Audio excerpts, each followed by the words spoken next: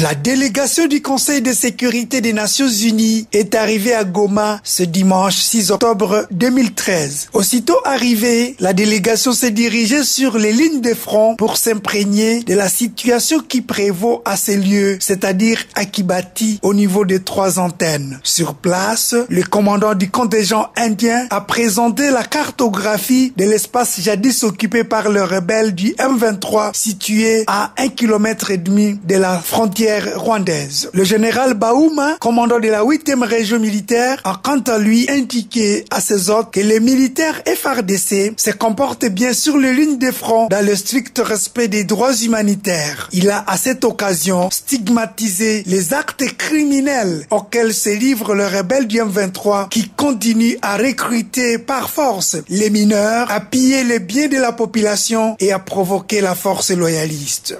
Il y a les M23, il y a les FDLR et les ADF NALU.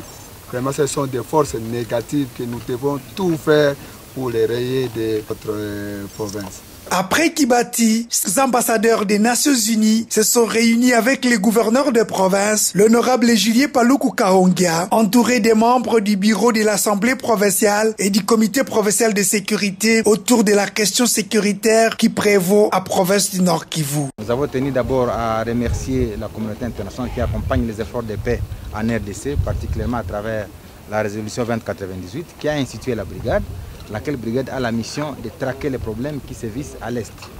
Nous leur avons clairement indiqué qu'à l'Est de la RDC, il y a 3 problèmes majeurs. 1. Il s'agit de la question du M23, qui est une menace contre la RDC. 2. Il s'agit de la question de FDLR, qui constitue une menace contre les Rwandais. Et 3. Il s'agit de la question des EDF NALU, qui constitue une menace contre l'Ouganda.